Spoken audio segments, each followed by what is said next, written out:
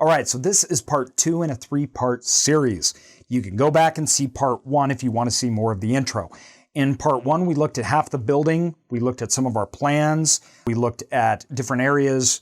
We went over a lot of stuff in part 1. Part 2 may be my favorite part because you get to see the second half or this other part of the building, which provides really good opportunities for multi-level storage in the conversion, but is also just crazy. I've never seen a building like this before. We focus on roofing, multi-use, adding in office space, HVAC systems, gas lines. We're really looking at how the problems that we're encountering. We're looking at cost associated with a lot of these large ticket items as we're going through. This part has a lot of interesting things that we're gonna have to come back in the second series to show you how it turned out, because we, once again, as I've mentioned before in part 1, we don't have all the answers yet. We're taking you on this journey with us. So we hope you like it. Like and subscribe. That tells us that you like it. That tells us that it's worthwhile, and we're going to keep doing it, trying to be as transparent and dynamic in this content as possible. Different than anything we've ever done before, but let me know.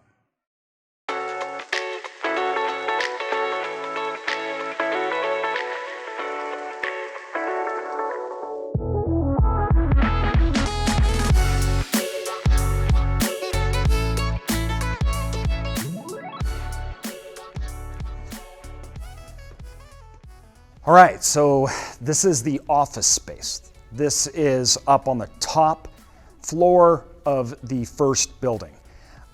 We decided with this, because of access issues and how it's built and laid out, that we're actually just gonna rent the space out as a whole. We'll lease it out to a company that would like to come and use it as office space. We will do some improvements. We need to put some capital expenditures in here. We need to redo the bathrooms. We may need to put in some walls, and depending on how we're going to lease it out. So this will be a work in progress that should be exciting to see when it's done. As of now, we're looking at leasing it out into 2 separate parts, which would be 3,000 square foot parcels, because there's higher demand for 3,000 square foot office space than there is 6,000 square foot office space, especially on top of a storage facility. So we think that'll lease out way faster. We're gonna do a co-working space, and then we will break it into 2 sides. Should be interesting to see when it's done. We're still, this part is definitely a work in progress. We're not office people. We buy offices to turn them into storage facilities. So.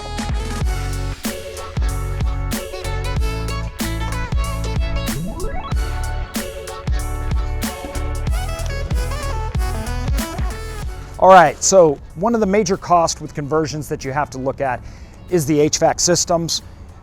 These can be falling apart, and there's a huge cost associated with them.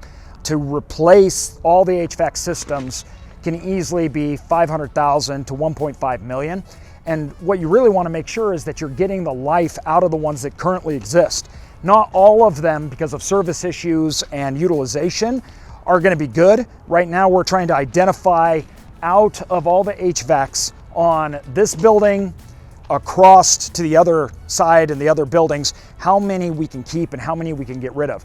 This is a huge cost driver on a building like this because of its space and the different parts of the building, and also its age. And so how we're monitoring and keeping that temperature on the building. HVACs are a critical part.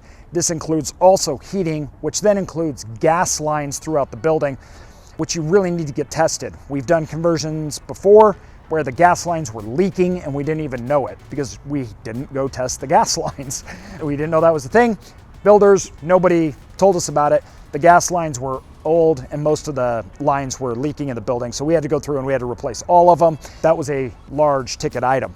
So once after we replaced on the other one, the HVAC systems, we replaced the gas lines. I think it was around $800,000 on that building total. So if we can get a few of the HVAC systems out of this one, that'll save us a lot of money. One of the other things about this building that we really look at is the utilization of businesses. So although we do have residential, we are next to hospitals, office space. So we think of things like record storage and different types of storage that we can build in that we are going to get a much higher per square foot in revenue from. And that's really key to understanding what I would consider a micro market, which is a 1 mile radius, and how we can fill that demand.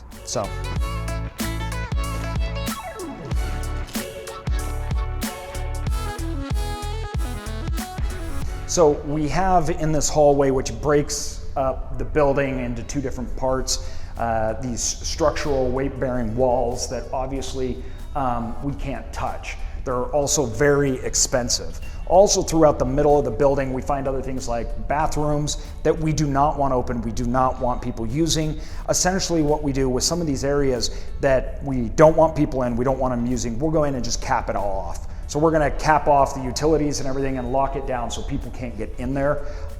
We allow there to be restrooms up in the front. That's where we want customers to use it. There's a lot of bathrooms in this building because of its size, and that is just a recipe for disaster. And with storage, we want people to come in and leave. We do not want them to stay. But this hallway does offer critical access point to both sides of the building. So this will be an access point which our customers can come in. This will obviously all be redone. Access the larger units here. And then as we move through here, this will not be a customer access, but is still really important because when we're looking at conversions, particularly when it's a building, you're dealing with fire exits. So if there's a problem, where are people going? Which this door will serve very well for that. This leads us into the second half of the building.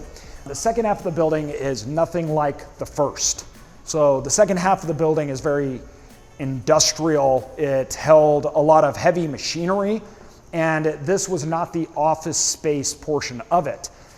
Although this space is easier to demo, for example, because it's open, it provides other challenges. And some of the challenges is there's locations for hazardous waste material dumps in this building. You have walkways that lead to nowhere. The second floor just walks off of. And you have a lot of equipment that either can't be just thrown out or we still have to utilize. So the idea and goal behind this area is it provides the excellent opportunity to create a second floor. We'll host all the large units that have easy access from that corner. From there, we're gonna build up. Now, building up can be an expensive thing. What we've decided to use is use support walls through the lower units and run the support walls down through the facility on this floor and down through the other two. On the support walls on the units themselves, we can build out, because they'll be weight bearing, we can build out a second floor, as opposed to putting large steel and actually constructing the second floor itself.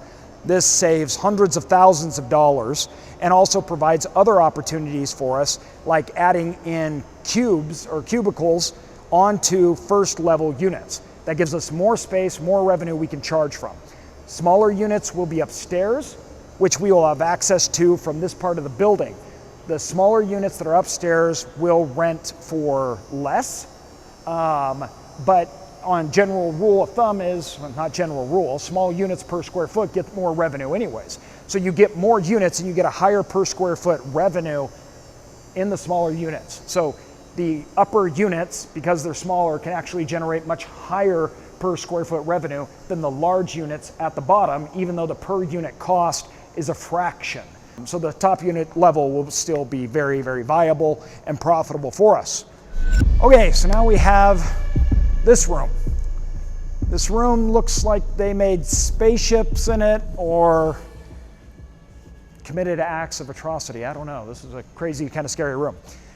But this room provides a lot of opportunity for us.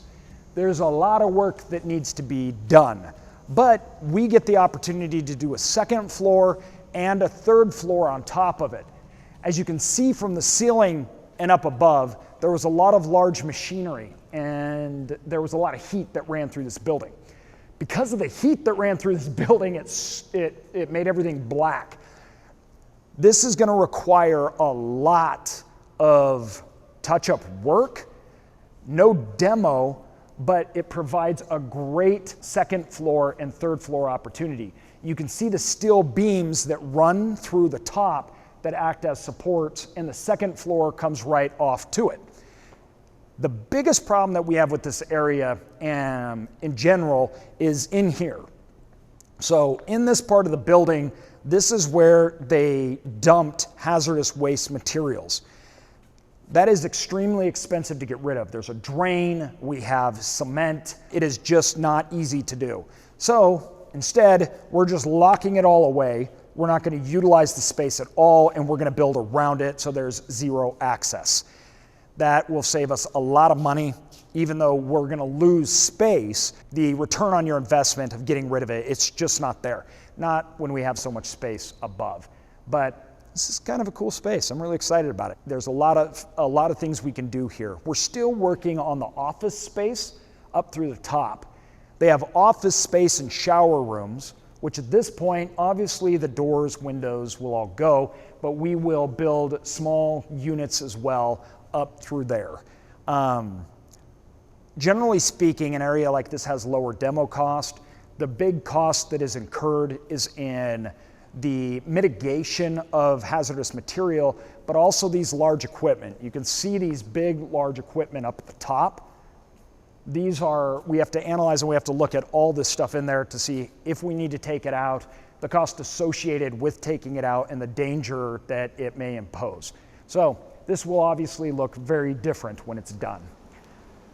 This is the last part of the first story of the building.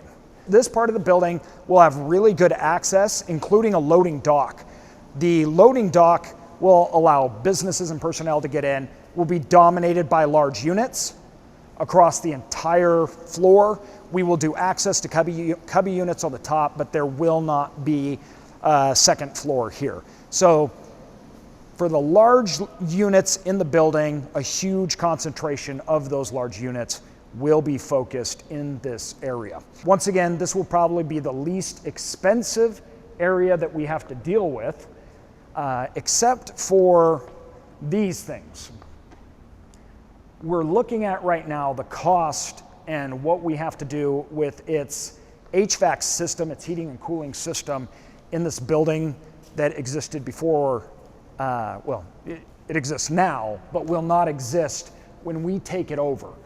How much we need to remove, the piping, the ducting, and the equipment itself. This is very, very heavy infrastructure and can be very difficult to remove. Another thing we have to do along this whole entire building, you'll notice we have panels, electricity on every single wall. Because there was a lot of large equipment in this room, they needed lots and lots of power tubes. This is not things you want in a storage facility, right? And you definitely don't want people to have access to power panels. So we have to figure out how we cover these up, but at the same time, we need there to be access in case something goes wrong or we need them. So working through the space utilization in the units here is always a balancing act. You're trying to get the most space out of it, but mitigating the cost associated with removing that electric panel or taking out the ducting and still having access to the overall building. This panel right here and this access point to the power is a perfect example of an area that we would wall off. It's an easy one to wall off, get rid of access to, by still keeping a seamless wall that will keep all the units staggered in the same size, and the door frames and everything will fit. The other ones that are on the side that are just hanging out, those are the ones that present a problem for us. And as you can see, they're on all the walls. Unit configuration, again, through support beams aligned with our power panels here, having access to them, which ones we do, which ones we don't need access to. Architects are really trying to design, and we look a lot at that. The power and how it's lined up across the ceiling and what is of danger and what's not. This can really cut down on your total amount of units. Let me see if I can light this area up here. Might be hard. This is a perfect example of usable and unusable space. So the idea here is that this could, obviously, we could take care of this, clean it all up. It'd be a huge project. but we could possibly utilize it. The question in all conversions, though, is what is the cost to change this dark room that is just full of oil and everything else and has equipment in it to use it?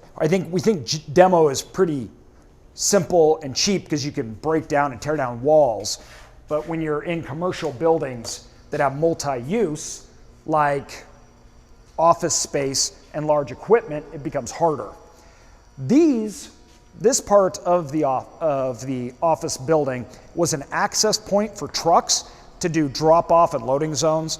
This is actually a really exciting part for us because we obviously change the layout, how it works, but run long units and provide large access that acts more like industrial than anything else. These can be very high valued units and space because the access point is drive straight up. And this is very popular amongst businesses. So these are actually great spaces for us to create and charge, and generally has a lot less cost. All right, now you've seen maybe the ugly. I mean, there's some pretty big spots in this facility that has a lot of work and we don't even know how to fully take advantage of it yet. Our builders are doing so much right now. We've come up with multiple ideas on how to get better utilization out of square footage, more floors on it, which will help us increase our revenue. Now, this part, we covered a lot of the industrial type. In part 3, we're gonna look at structural details. We're gonna look on make it or break it details, so to speak, lost space, effects on revenue, finding more space in it, and we're also gonna look at the beast. The beast is crazy. I'm not gonna go into that anymore, but if you like this video, like and subscribe, and stay tuned for part 3.